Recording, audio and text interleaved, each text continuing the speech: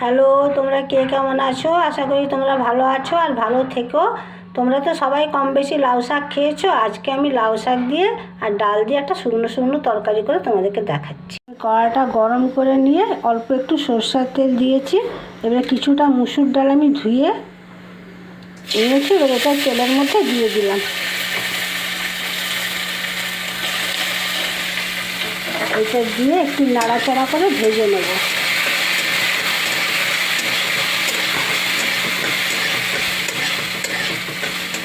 ভাজা আমার হয়ে গেছে। এবারে ধুয়ে রাখা লাউ শাকটা আমি এতে দিয়ে দিলাম।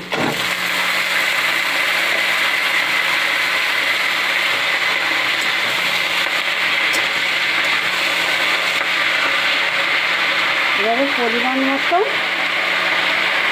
নুন দিলাম, যতটুকু লাগবে শাকের মধ্যে ততটুকুই দিলাম। সামান্য একটু হলুদ দিলাম।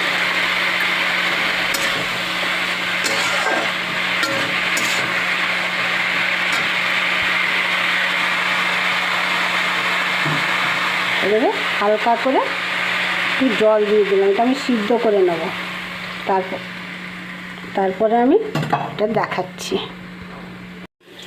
এর মধ্যে আমি রসুন কুচানো, পেঁয়াজ কুচিয়ে আর শুকনো লঙ্কা, কাঁচা লঙ্কা সব দিয়ে ভালো করে ভেজে নিলাম।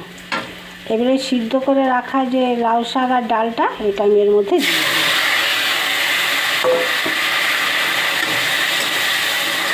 দিয়ে একটু ভালো করে নাড়াচাড়া করে নেব। এই জলটুকু একটু শুকিয়ে যায়।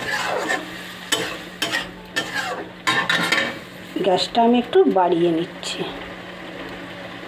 যাতে তাড়াতাড়ি এটা শুকনো শুকনো হয়ে যায়।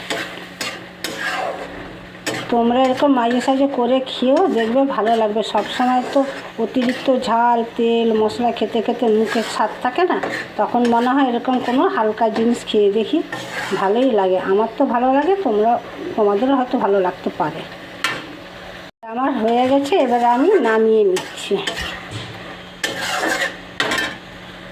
আমি নামিয়ে নিয়েছি। লাউ শাক আর মুসুর ডাল দিয়ে করেছি। এটা একটা ভালো কিছু নাম দিয়ে তো এই তরকারিটার। আমি নাম খুঁজে পাচ্ছি না, এটা কী নাম দেবো। তোমরা দিয়ে দিও আর লাইক শেয়ার কমেন্ট করে দিও। টাটা।